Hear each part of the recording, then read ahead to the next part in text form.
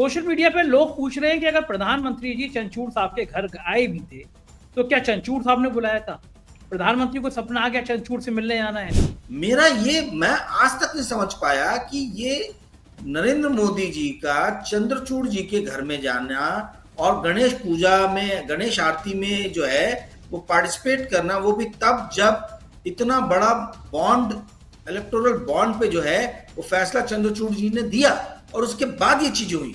जिस राष्ट्र में किसी राज्य का मुख्यमंत्री 6-6 महीने जेल में रहे, जिस राष्ट्र में किसी राज्य का उप मुख्यमंत्री 1.5 साल जेल में रहे, उस राष्ट्र के अंदर में क्या बचा है? आप बताइए। कल को आपको, मुझको, हमको, किसी को भी बंद कर दे, हम क्या कर लेंगे? क्या कर लेंगे आप? और ये काम तो कोर्ट का बनता है। Court is the guardian of democracy. Now who will keep check and balances on court? भाई, कोर्ट गार्जियन को आप किस तरीके से सही राह दिखाएंगे, ये आज की डेट में सबसे बड़ा सवाल बना हुआ है। हमारा देश एक बहुत ही तरुण देश है। 1947 के बाद में अलग अलग तरीके से हमने संस्थाएं स्थापित करके, सीएजी हो, सुप्रीम कोर्ट हो, आरबीआई हो, सेबी हो, हमने तमाम तरीके से चेक एंड बैलेंस रखने की कोशिश की है। परंतु हम देख रहे हैं कि पिछले 10-11 साल में ये सारे संस्थान अवनति की ओर बढ़ रहे हैं। इन सभी के सभी संस्थानों के चरित्र में जो गिरावट नजर आई है, ये अभूतपूर्व है। संजय जी, ऐसा कभी नहीं हुआ। संजय राउत की बात में बहुत दम है कि यदि जुडिशियरी टाइम पे काम करती, समय पे काम करती, चंद्रचूड़ जी संज्ञान लेते बढ़ती हुई भारतीय जनता पार्टी के धन और बल के प्रकोप का, तो शायद ना केवल शिवसेना टूटने से बच जाती बल्कि एनसीपी भी टूटने से बच जाती। आपने इस राज्य के अंदर में 2 रीजनल पार्टीज जो क्षेत्रीय अस्मिता की बात करते हैं, उसमें 2 फाड़ करा दी और 2 फाड़ करा के आपने जो है सत्ता बीजेपी के हाथ में कैसे जाए, इसके लिए पूरे का पूरा आपने रास्ता जो है वो बना दिया। ये बीजेपी के अकेले किए हुए कार्य नहीं है। यदि जुडिशियरी टाइम पे इस पे चेक एंड बैलेंस लगा देती, फुल स्टॉप लगा देती, तो आज ये स्थिति आती नहीं। और जैसा कि आपने इंगित किया अपनी बात में कि भाई कहीं मस्जिद के नीचे बोल तो मंदिर है, तो मस्जिद तोड़ के खुदाई चालू हो जा रही है। तो ये सारी चीजें शो करती हैं कि व्हाई अ नेशन फेल। नमस्कार, मैं हूं संजय शर्मा। आप देख रहे हैं 4 PM न्यूज नेटवर्क। थोड़ा रेगुलेटर ज्यादा घुमा दीजिए और वोट धड़ाधड़ धड़ाधड़ गिरने लगेंगे आपके खातों में। महाराष्ट्र की ईवीएम की कहानी तो कम से कम यही बताती है। और क्या महाराष्ट्र की पटकथा उसी दिन लिख दी गई थी जब हमारे विश्व गुरु भगवान विष्णु जी के अवतार, भक्त उन्हें अवतार कहते हैं, महाराज चंद्रचूड़ जी के घर गए थे, आरती करने गए थे। और चंद्रचूड़ जी ने क्या उस दिन एक नया अध्याय लिख दिया था। संजय राउत ने विस्तार से बता दिया कि महाराष्ट्र के चुनाव में चंद्रचूड़ की कृपा कितनी रही है और राजीव कुमार की कृपा से ईवीएम का क्या क्या खेला हुआ है।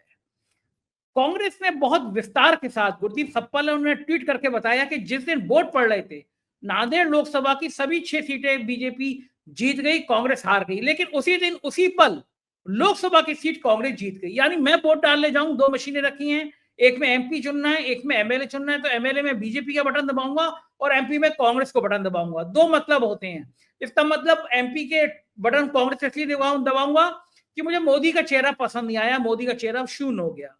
और दूसरा होता है, मतलब ये होता है कि बीजेपी में भी अगर मैंने कांग्रेस का बटन दबाया है, लेकिन वोट बीजेपी को चला जाएगा। ये तब होता है जब राजीव कुमार की कृपा होती है, जब ईवीएम में झोल होता है। क्या बड़ा वक्त नहीं आ गया है कि ईवीएम के खिलाफ इंडिया गठबंधन को महासंग्राम करना चाहिए? दिल्ली में आके डेरा डालो, घेरा डालो करना चाहिए। मैन सिंह टिकैत ने एक बार दिल्ली घेरी थी, अपनी मांगे मनवा ली थी, वरना कब तक रोना रोते रहेंगे। बिहार का चुनाव, दिल्ली का चुनाव, अगर ईवीएम की कृपा रही, राजीव कुमार जैसे मुख्य निर्वाचन आयुक्त वो भी हार जाएंगे। बहुत एक्सक्लूसिव बात करी है मैंने नागपुर के तेज तर्रार पत्रकार राजीव रंजन से। एक एक बातों का विश्लेषण किया है कि कैसे ईवीएम मैनेज की गई, कैसे चंद्रचूड़ की कृपा हुई और क्या क्या खेला हुआ महाराष्ट्र में, जिससे महाराष्ट्र का पूरा चुनाव बदल गया। लोकतंत्र की इतनी जीती जागती हत्या आपने कभी नहीं देखी होगी। आपसे रिक्वेस्ट है कि पूरी बातचीत सुनिएगा, बहुत मजा आएगा। और रिक्वेस्ट ये भी है, एक बहुत मन से 4 PM म्यूजिक चैनल बनाया है शशि भूषण समद, जो नौजवान आंखों से देख नहीं सकता, उसकी बात सुन के आपका कलेजा कांप जाएगा। थंबनेल देख रहे हैं, 4 PM म्यूजिक पे जाइए।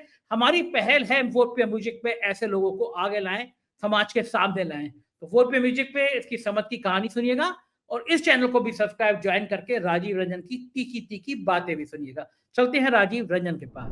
4 PM न्यूज नेटवर्क में स्वागत है राजीव रंजन आपका। संजय राउत ने सनसनी फैला दी, चंद्रचूड़ पर तीखा तीखा हमला बोला और कुछ हद तक अगर बात देखें तो संजय राउत की बात सही है।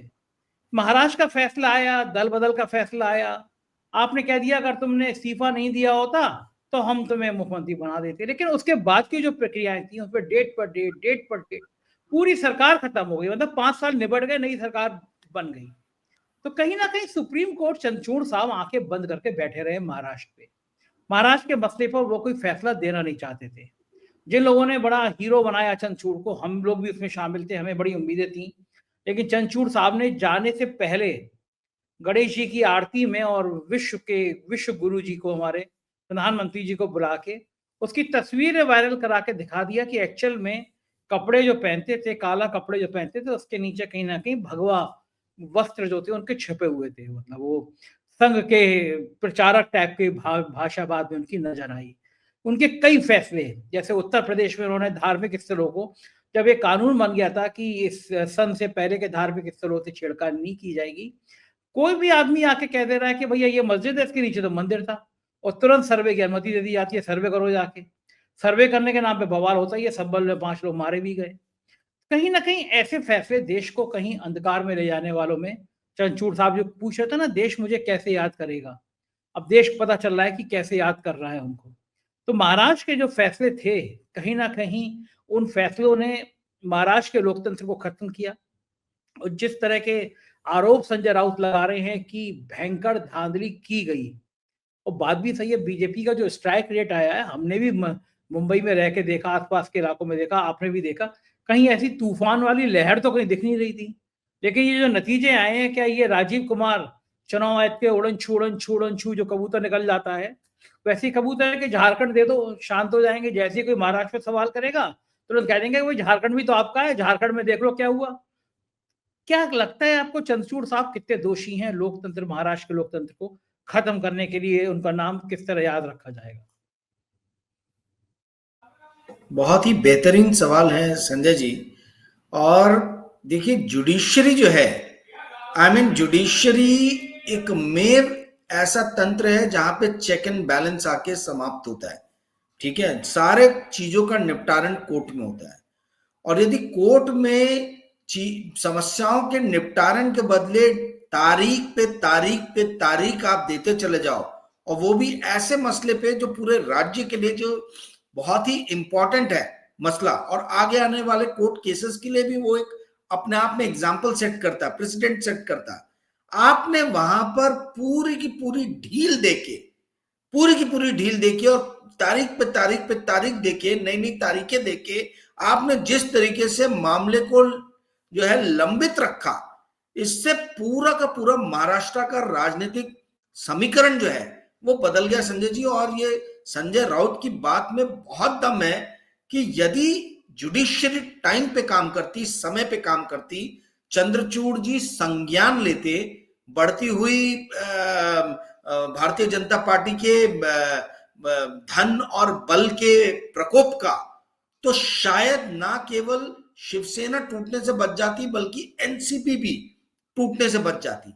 आपने इस राज्य के अंदर में 2 रीजनल पार्टीज जो क्षेत्रीय अस्मिता की बात करते हैं उसमें 2 फाड़ करा दिए, और 2 फाड़ करा के आपने जो है सत्ता बीजेपी के हाथ में कैसे जाए, इसके लिए पूरे का पूरा आपने रास्ता जो है वो बना दिया।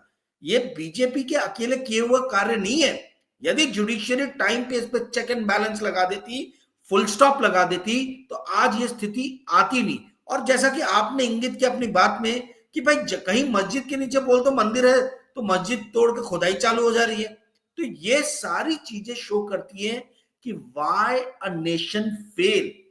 कोई राष्ट्र के फेल होने में कोई एक सिर्फ सरकार का हाथ नहीं होता है।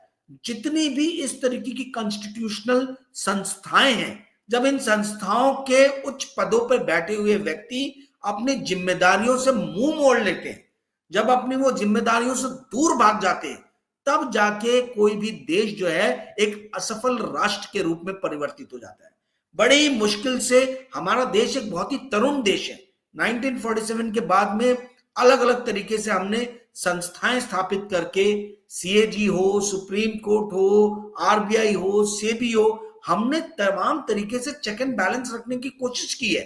परंतु हम देख रहे हैं कि पिछले 10-11 साल में ये सारे संस्थान अवनति की ओर बढ़ रहे हैं। इन सभी के सभी संस्थानों के चरित्र में जो गिरावट नजर आई है, ये अभूतपूर्व है संजय जी। ऐसा कभी नहीं हुआ। एक बार पहले हुआ था इमरजेंसी के टाइम में, पर वो तो घोषित इमरजेंसी थी। यहां तो अघोषित इमरजेंसी में लोग जो है वो लेट गए, वो चरण वंदना कर रहे हैं, वो स्तुति कर रहे हैं। आई मीन इस तरीके के हालात तो हमने सोचे भी नहीं थे जब जर्नलिज्म पत्रकारिता पढ़ रहे थे। और मुझे तो देख के बड़ी लज्जा आती है कि इस देश का मीडिया, जिसको हम कहते हैं कि फोर्थ स्टेट, जो एक प्रहरी है, वो मीडिया जो है, वो मीडिया भी पूरा का पूरा एकदम लंबा हो गया, एकदम चरणों में पड़ गया है। आई मीन संजय जी, सवाल ये है, कोर्ट जो है, जैसा कि मैंने कहा कि कोर्ट जो है वो सबसे लास्ट माइल है, सबसे लास्ट दरवाजा जहां पे आके चीजों का निपटारण होता है। वे गार्जियन है लोकतंत्र का। लोकतंत्र का गार्जियन यदि कोई है तो वो कोर्ट है हर प्रजातांत्रिक राष्ट्र में। बट सवाल ये उठता है कि who will guard the guardian? Guardian के हरकतों पे कौन नजर रखेगा? उसको कौन कंट्रोल करेगा? वो जब अपने रास्ते से भटक रहा है तो उसको सही रास्ते पे कौन लाएगा? यदि सुप्रीम कोर्ट के शीर्ष पदों पे बैठे हुए ये जस्टिस लोग और चीफ जस्टिस लोग यदि गलत राह पे मुड़ जाएंगे तो इनको सही राह कौन दिखाएगा? इनको सही राह पे कैसे लाया जाएगा? Who will guard the guardian? ये मूल क्वेश्चन है। ये जिस तरीके से हम देख रहे हैं कि सारी समस्याएं कोर्ट में जा रही हैं और कोर्ट जो है इशू को लंबे, मतलब पूरा लंबित रख रहा है, लंबा लंबा खींच रहा है। जिस राष्ट्र में किसी राज्य का मुख्यमंत्री 6-6 महीने जेल में रहे, जिस राष्ट्र में किसी राज्य का उप मुख्यमंत्री 1.5 साल जेल में रहे, उस राष्ट्र के अंदर में क्या बचा है? आप बताइए। कल को आपको, मुझको, हमको, किसी को भी बंद कर दे, हम क्या कर लेंगे? क्या कर लेंगे आप? और ये काम तो कोर्ट का बनता है। Court is the guardian of democracy. Now who will keep check and balances on court? भाई, कोर्ट गार्जियन को आप किस तरीके से सही राह दिखाएंगे? ये आज की डेट में सबसे बड़ा सवाल बना हुआ है। और मुझे बहुत ही लज्जा आती है, शर्म आती है कहते हुए कि हमारे देश के सारे संस्थान जो है वो कहीं ना कहीं अपनी ड्यूटी पूर्णतः परफॉर्म करने में फेल हो रहे। ये फेलियर जो है इस प्रजातंत्र के लिए बहुत ज्यादा घातक साबित होगा Sanjay ji. Mark my words, यदि हमें इस राष्ट्र को सही दिशा पे ले जाना है तो हमको इन सारे संस्थानों के ऊपर में फिर से वैसी पैनी नजर रखनी होगी और कुछ ऐसे कार्य करने होंगे कि इस संस्थान के शीर्ष पदों पे बैठे हुए लोग गलत कार्य करने में या अपनी ड्यूटीज को परफॉर्म करने में फेल ना हो। वो सचेत रहे कि जनता की निगाहें हम पर है। जी संजय जी, बिल्कुल ठीक कह रहे हैं आप। अच्छा, मुझे अब सोशल मीडिया पे फिर सवाल उठ रहे हैं। सोशल मीडिया पे लोग पूछ रहे हैं कि अगर प्रधानमंत्री जी चंचूड़ साहब के घर आए भी थे तो क्या चंचूड़ साहब ने बुलाया था? प्रधानमंत्री को सपना आ गया चंचूड़ से मिलने आना है। दूसरा, मैं आपके घर पे आऊं, अगर मैं प्राइम मिनिस्टर हूं तो आपके घर के अड़ोस पड़ोस की सब सिक्योरिटी एकदम नाकाबंदी कर दी जाएगी। वो कैमरामैन, वो वीडियोग्राफर, वो फोटोग्राफी घर के मोबाइल की नहीं थी, वो इतनी हाई क्वालिटी की मोबाइल की आवाज थी। स्पीकर ऐसे थे जैसे अंदर लगा रखे हो, हाई क्वालिटी के स्पीकर थे जो आवाजें आ रही थी। तो क्या ये तैयारी की गई थी बाकायदा वीडियो शूट कराना है? और क्या महाराष्ट्र के चुनाव की पटकथा चंद्रचूड़ के गणेश आरती के समय लिख दी गई थी कि हम आएंगे, आप फोटो वायरल करोगे, चंद्रचूड़ इसी इलाके से आते हैं, मैसेज आएगा महाराष्ट्र के लोगों में जाएगा, चंद्रचूड़ जैसा आदमी भी मोदी का भक्त है, यानी मोदी का क्या विशाल हृदय है कि चंद्रचूड़ साहब भी उनके भक्त हैं। फोटो वायरल किए गए, बिना चंद्रचूड़ के पूछे तो किए नहीं गए होंगे। तो क्या हम अब कह सकते हैं कि ये जो आरोप लग रहे हैं महाराष्ट्र के चुनाव की पटकथा चंद्रचूड़ ने अपने हाथ से लिखी थी और अब उनको बताने का वक्त आ गया कि इतिहास उनको कैसे याद रखेगा? सुप्रीम कोर्ट के एक जज साहब थे, उनके ऊपर एक महिला ने आरोप लगाया थोड़ा थोड़ा यौन शोषण का, जज साहब का मन बदल गया, सारे फैसले वही आ गए राम मंदिर से लेके और बाकी फैसले जो बीजेपी चाहती थी, और बाद में सुप्रीम कोर्ट के जज जो है वो राज्यसभा चले गए। आज सुबह मेरे मित्र मुझे बता रहे थे कि शायद चंद्रचूड़ साहब भी बहुत जल्दी मानव अधिकार आयोग के चेयरपर्सन बन जाएं, सुप्रीम कोर्ट का जज बनता है या कोई पद ले लें। लेकिन क्या इससे साख पे असर नहीं पड़ता? चंद्रचूड़ साहब ने सोचा नहीं देश ने कितना सम्मान दिया, एक झटके से सब बराबर कर दिया उन्होंने। क्या लगता है राजीव भाई? देखिए, मीडिया ने तो उनको बहुत सम्मान दिया था, ठीक है। मीडिया में ऐसा एक इमेज बनाया गया, एक इस तरीके से प्रस्तुति की गई कि भाई अब जो है चेक एंड बैलेंस जो है एग्जीक्यूटिव के ऊपर में रखने के लिए और लेजिस्लेचर के ऊपर में रखने के लिए सही आदमी जो है वो जुडिशरी में आके बैठ गया है। मेरा ये, मैं आज तक नहीं समझ पाया कि ये नरेंद्र मोदी जी का चंद्रचूड़ जी के घर में जाना और गणेश पूजा में, गणेश आरती में जो है वो पार्टिसिपेट करना, वो भी तब जब इतना बड़ा बॉन्ड, इलेक्टोरल बॉन्ड पे जो है वो फैसला चंद्रचूड़ जी ने दिया और उसके बाद ये चीज हुई, तो क्या ये कहीं संकेत था कि आपने तमाम तरीके के जो है ये हमारे खिलाफ भले ही जजमेंट दिए हो, पर हम उन सभी चीजों को बुलाकर फिर से दोस्ती का हाथ बढ़ाना चाहते हैं? आई मीन वो गए क्यों थे? मैं ये नहीं समझ पा रहा हूं अभी तक कि ये दोनों लोग एक साथ होकर आरती जो कर रहे हैं, ये क्या चीज इंगित करता है? पहले अयोध्या में राम मंदिर का उद्घाटन हुआ, उसमें हमें दिखाई दिया कि मोहन जी भागवत और नरेंद्र मोदी साथ साथ में, तो चलो वो समझ में आता है कि एक पितृ संतान है और दूसरा उसका बच्चा है, तो साथ में नजर आ रहे हैं। पर सुप्रीम कोर्ट के जज मोहन जी भागवत के ही उस स्थिति में आ जाए और नरेंद्र मोदी के साथ में आरती करें, ये तो अपने आप में मतलब मुझे समझ में नहीं आता। एक तरफ मोहन जी भागवत और नरेंद्र मोदी पूजा अर्चना कर रहे हैं, वहीं दूसरी तरफ हम 4-5 महीने बाद देख रहे हैं कि चंद्रचूड़ जी और नरेंद्र मोदी जी पूजा अर्चना कर रहे हैं साथ में मिलके। तो ये हमको क्या दिखा रहा है? क्या ये आरएसएस जो बीजेपी के साथ में गलबैया करती है, क्या सुप्रीम कोर्ट के शीर्ष पद पे बैठा हुआ व्यक्ति वही करते हुए नजर आए तो आपको कैसा फीलिंग जाएगा? आपको क्या लगेगा?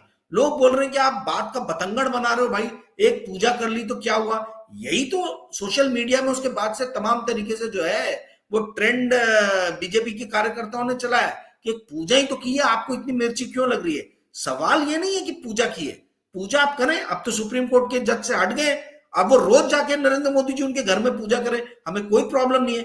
पर जब आप संवैधानिक पद पे बैठे हुए हो तो मतलब आर्म्स लेंथ बना के रखना ये बहुत अत्यंत आवश्यक है। ये हाईकोर्ट के जज यदि इस बात को फॉलो करते हैं तो सुप्रीम कोर्ट का जो चीफ जस्टिस है वो ना फॉलो कर रहे हैं, तो अपने आप में जो है बहुत ही मतलब अजीब ये नजर आता है। अगर ऐसे हाईकोर्ट के सारे चीफ जस्टिस चीफ मिनिस्टर्स के साथ में मिलके आरती पूजा करने लग जाए तो क्या मतलब इस देश के आम नागरिक को क्या संकेत जाएगा? आप मुझे बताइए। जो चंद्रचूड़ जी ने किया है वही यदि आपके इलाहाबाद हाईकोर्ट में या हमारे बॉम्बे हाईकोर्ट के चीफ जस्टिस वही चीज राज्य के चीफ मिनिस्टर के साथ मिलकर करने लगे तो उसका क्या सिग्नल जाएगा? क्या समझ में आएगा आपको, मेरे को और आम जनता को? तो ये चीज तो समझना चाहिए ना, ये चंद्रचूड़ जी ने समझना चाहिए था। और चंद्रचूड़ जी के नहीं समझ में आता तो नरेंद्र मोदी जी को समझना चाहिए था कि आपने अपने पद की गरिमा, अपने पद की शालीनता तो खो दी है, आप दूसरे व्यक्ति के पद की गरिमा को क्यों निस्त नाबूद करने में लगे? आपने जिस दिन से गाय बकरी मुजरा क्या क्या नहीं बोला चुनाव टाइम में, आपने जो गरिमा, जो प्रधानमंत्री पद की जो ध्वस्त की है, आप उसी तरीके से वो गरिमा सुप्रीम कोर्ट के चीफ जस्टिस की क्यों ध्वस्त कर रहे हैं? आप क्यों जा रहे हैं? ये मतलब मुझे इससे ये पता चलता है कि इस व्यक्ति को ना तो अपने पद की गरिमा का कोई आभास है और ना ही इसे ये आभास है कि इसके हरकतों के कारण दूसरे लोगों के ऊपर में किस तरीके के प्रश्न चिन्ह जो है वो आगे आने वाले दिनों में लग सकते हैं। आई मीन जितनी ज्यादा नरेंद्र मोदी से दूरियां बनाएंगे संवैधानिक पद पे बैठे हुए लोग, उतना ही ज्यादा इतिहास जो है उनको याद रखेगा, उनके चारित्र के कारण, उनकी गुणवत्ता के कारण कि वो कितने गुणवान है, इस बात को हमेशा याद रखेगा ये देश। परंतु जैसी गलबैयां होंगी ये गलत सिग्नल भेजेगा। जी संजय जी। तो ठीक बात है। प्रधानमंत्री तो हमारे महान है, वो मुसलमान मुजरा थे, करते करते बेटियों तक आ गए, आपकी बेटियों को उठा के ले जाएंगे। आदिवासियों ने जवाब दे दिया कि बेटी का नाम लेने का मतलब क्या होता है, सफाई कर दिया, झाड़ू लगा दी।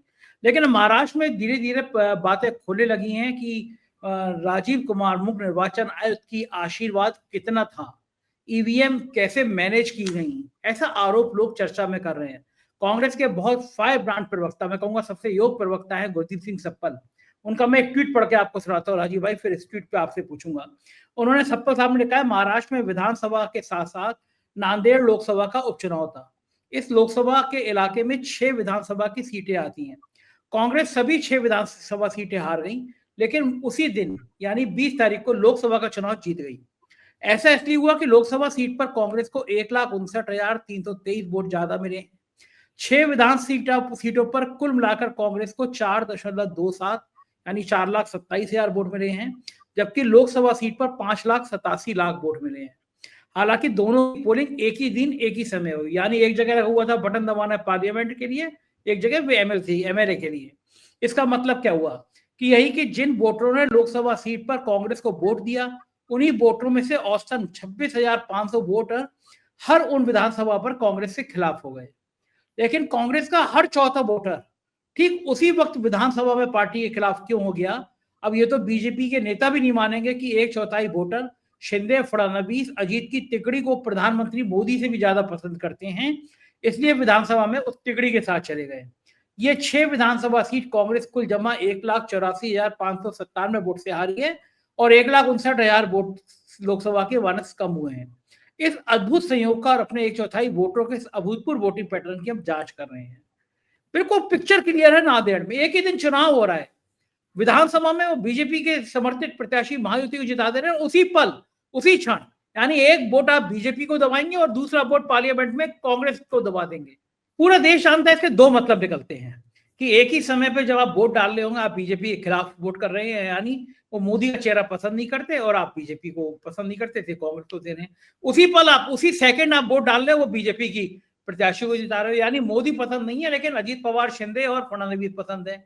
ऐसा संभावना बहुत कम होती है। इसका मतलब यह है कि ईवीएम में कुछ तो लोचा था, कुछ तो लोचा था। एक लोकसभा सीट इतनी महत्वपूर्ण नहीं थी जितनी महाराष्ट्र जीतना था।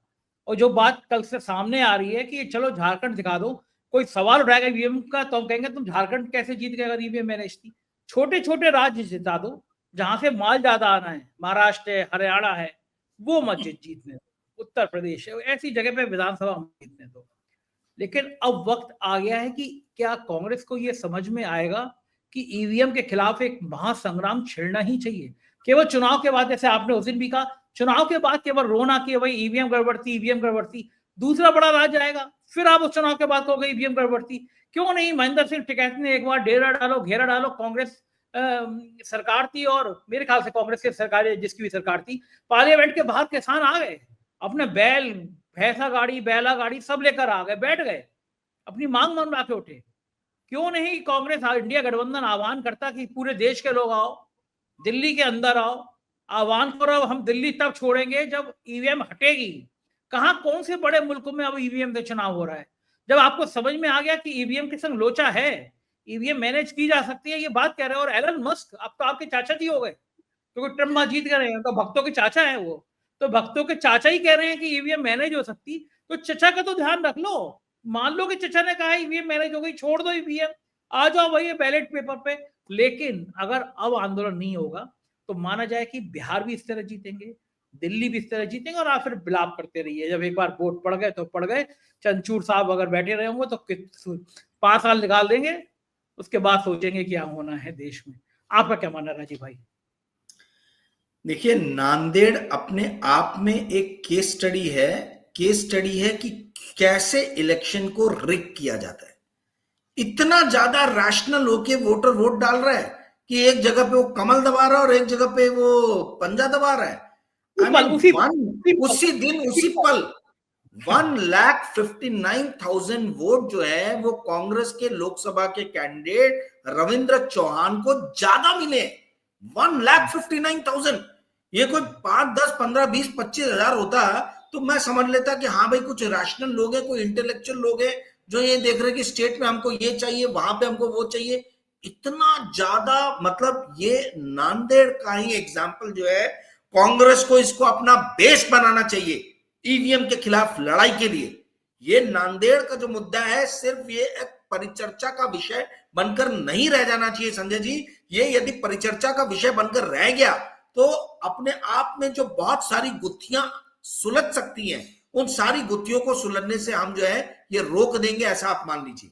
मेरा कहना यह है कि आप जो है किसी भी तरीके से नांदेड़ की समस्या जो है, जो नांदेड़ में इलेक्शन के जो रिजल्ट्स आए हैं, इसकी गहन जांच, वहां की जितनी भी ईवीएम मशीन्स हैं उनकी गहन जांच, और इस बात को पता करने का प्रयास करें कि क्यों इस तरीके का रिजल्ट आया है। नांदेड़ का विषय जो है वो, आप ये इस बात को समझ लीजिए संजय जी कि नांदेड़ का विषय जो है, अब ये विषय घर घर में, भारत के घर घर में, गांव गांव में ये पहुंचाना जरूरी है। ये बताना जरूरी है कि कैसे एक ही दिन, एक ही पल पे 6 विधानसभा सीटों पे कमल को वोट गया, और उसी दिन उसी पल पे पंजे पे वोट गया। 1,59,000 वोट की लीड से नांदेड़ में लोकसभा का आपका ये जीता है। ये कोई मजाक बात नहीं है, कोई छोटी बात नहीं है, बहुत बड़ा मार्जिन है। ये नरेंद्र मोदी के मार्जिन से बड़ा मार्जिन है, ये नितिन गडकरी के मार्जिन से बड़ा मार्जिन है।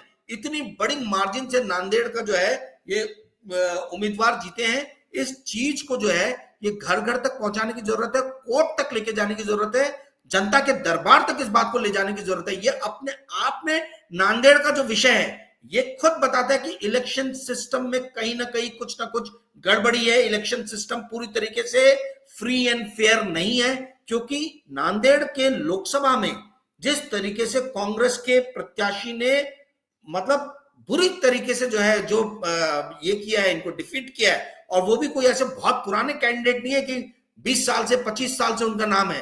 भाई वो कैंडिडेट इलेक्शन फर्स्ट टाइम लड़ रहा है और वो हरा दे रहे हैं। तो ये अपने आप में एक शंका पैदा करता है, ये अपने आप में एक संशय का विषय है कि कैसे नांदेड़ की जनता लोकसभा में आपके भेज रही है कांग्रेस के उम्मीदवार को, और विधानसभा में 6 की 6 विधानसभा सीट पे वो भाजपा के उम्मीदवार को जिता दे रही है। क्या ये महाराष्ट्र की जनता, क्या ये इस देश की जनता इस बात को मानती है कि शिंदे जी जो है वो नरेंद्र मोदी से ज्यादा लोकप्रिय है? क्या महाराष्ट्र में लोग मानते हैं कि शिंदे जी नरेंद्र मोदी से ज्यादा लोकप्रिय है, या अजीत पवार जो है वो नरेंद्र मोदी से ज्यादा लोकप्रिय है, या देवेंद्र फडणवीस जो है वो नरेंद्र मोदी से ज्यादा लोकप्रिय है? यदि ज्यादा लोकप्रिय है तो नरेंद्र मोदी को तो फिर पीएम पोस्ट से हट जाना चाहिए। यदि नांदेड़ का मैंडेट अगर हम माने कि हाँ ठीक है कुछ गड़बड़ी नहीं हुई है, ये मैंडेट सही है, तो फिर तो भारतीय जनता पार्टी जिसने इलेक्शन के बाद में अपने संसदीय दल की बैठक तक नहीं की थी, बिना संसदीय दल की बैठक में 2 गुजराती अमित शाह और नरेंद्र मोदी, और एक आपके लखनऊ के राजनाथ सिंह जी और नड्डा जी हिमाचल प्रदेश के, ये 4 लोगों ने मिलकर डिसाइड कर दिया कि नरेंद्र मोदी जो है वो अगले प्राइम मिनिस्टर रहेंगे। तो यदि नांदेड़ का मैंडेट सही है तो इस मैंडेट के हिसाब से तो नरेंद्र मोदी की विश्वसनीयता, नरेंद्र मोदी की प्रसिद्धि शिंदे जी से भी नीचे है, और जो चक्की पिसिंग वाले जो देवेंद्र फडणवीस हैं, और जिसके लिए वो कह रहे थे चक्की पिसिंग अजीत पवार, ये उनकी भी प्रसिद्धि से, उनकी भी लोकप्रियता से ज्यादा नीचे गिर गई है नरेंद्र मोदी की लोकप्रियता। तो ये अपने आप में सोचने वाली बात है कि क्या भारतीय जनता पार्टी को नरेंद्र मोदी को प्राइम मिनिस्टर के पद पे, प्रधानमंत्री के पद पे बरकरार रहना चाहिए, उनको सर्व करने देना चाहिए, कि उन्हें संसदीय दल की बैठक बुला के तुरंत नया एक प्रधानमंत्री जो है वो चयनित करना चाहिए। जी संजय जी। राजीव भाई मुझे ईमानदारी से बताइए, आप इतनी जगह गए, आप लगातार 1 महीने से अपने घर पर नहीं बैठे, लगातार एक एक करके भ्रमण कर रहे थे जगह पे। आप लहर होती है ना, जो लहर दिखी नतीजों में, अगर उसको सच मान लिया जाए तो वो लहर पान के खोखों पे, चाय की दुकानों पे, होटल पे, हर जगह बीजेपी गठबंधन, महायुति गठबंधन दिखाई देता है, लोग चर्चा कर रहे हैं। ईमानदारी से बताइए, कहीं दिख रही थी आपको लहर? नहीं दिख रही थी तो क्या ईवीएम के झोल के बिना इतना रिजल्ट आ सकता है?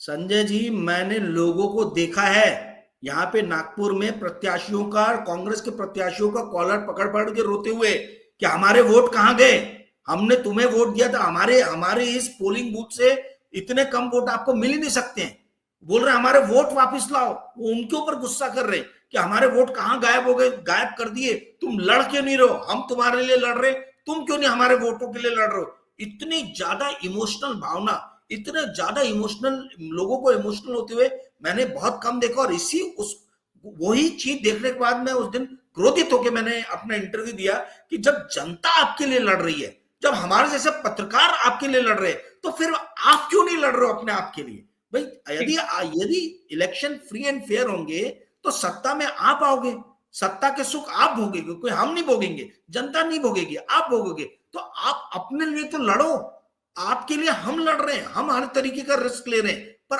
आप तो अपने लिए लड़िए कृपया करके। ये जो आप बोल रहे हैं ये संजय जी, ये मैंडेट जो है ये सुनामी से कम नहीं है। ये इतनी बड़ी 89% की strike rate Bharatiya Janata party की आना, ये मतलब 100 सीट पे लड़ी और 89 जीत गई, ऐसा ही हुआ। 89% का स्ट्राइक रेट का मतलब ये सुनामी थी, सुनामी ऐसी सुनामी ना के बराबर देखी गई है। सिर्फ दिल्ली में हमने देखा अरविंद केजरीवाल के समय में कि इस तरीके की सुनामी आई थी, अन्यथा भारत के किसी भी राज्य में इस तरीके की सुनामी जो है मैंने तो नहीं देखी कि जहां 90% के स्ट्राइक रेट से भारतीय जनता पार्टी इलेक्शन जीत रही हो। ये इनफैक्ट पान ठेलों पे अब ये मजाक का विषय हो गया। बच्चे जो है सिगरेट बीड़ी पीते हुए, पान खाते हुए ये मजाक कर रहे हैं कि भाई हमारे तरफ लाइव जो है जी लो, क्यों वोटिंग में आप लोग जो है जो वोट डालने नहीं गए थे वो समझा रहे हैं बड़े लोगों को कि आप लोग क्यों अपने वोट्स को वेस्ट कर रहे हो, इलेक्शन का रिजल्ट क्या होना है ये तो हमको पता ही है, क्यों आप अपने एफर्ट को वेस्ट कर रहे हो। जैसे नौकरियां हमको नहीं मिल रही, जैसे हम बेरोजगार हैं, हम सारे होप्स छोड़ के बैठ गए, वैसे आप लोग भी होप छोड़ के बैठ गए। ऐसी बातें करते हुए मैंने नौजवान यूथ को सुना। सोचिए ये देश कितने होपलेस कंडीशन में जा रहा है, इस होपलेसनेस से बाहर निकालना बहुत जरूरी है। और ये भूमिका यदि विपक्षी पार्टियां नहीं निभाएंगी तरीके से तो ये देश इनको कभी माफ नहीं करेगा। जी संजय जी, बिल्कुल ठीक कह रहे हैं आप। मुझे लगता है ईवीएम को ज्यादा ही उसका रेगुलेटर ज्यादा ही घुमा दिया, थोड़ा कम घूमना था, ज्यादा घुमा दिया। इनको 60-65 स्ट्राइक रेट पे करना था, 80-89 तक लेगा, थोड़ा ज्यादा घूम गया उस समय। खैर जो भी हो, सच सामने आना ही चाहिए, क्योंकि देश को, लोकतंत्र को बचाने के लिए सच सामने आना ही चाहिए, जरूरी है। बहुत बहुत शुक्रिया राजीव जी, आपने हमें इतना समय दिया, हमसे बातचीत की, आभार, थैंक यू। ये थे राजीव रंजन जी, और आपने महसूस किया होगा कि चंद्रचूड़ साहब की क्या कृपा रही और ईवीएम मैया की क्या कहानी रही। आप भी अपने दिल पर हाथ रख के देखिए, क्या लोकतंत्र ऐसे ही चलता है? और मेरी बात सही लगी हो, राजीव की बात सही लगी हो, तो ये वीडियो अपने दोस्तों को, अपने परिवार के लोगों को जरूर सुनाइएगा, उनको भेजिएगा। शुक्रिया, थैंक यू।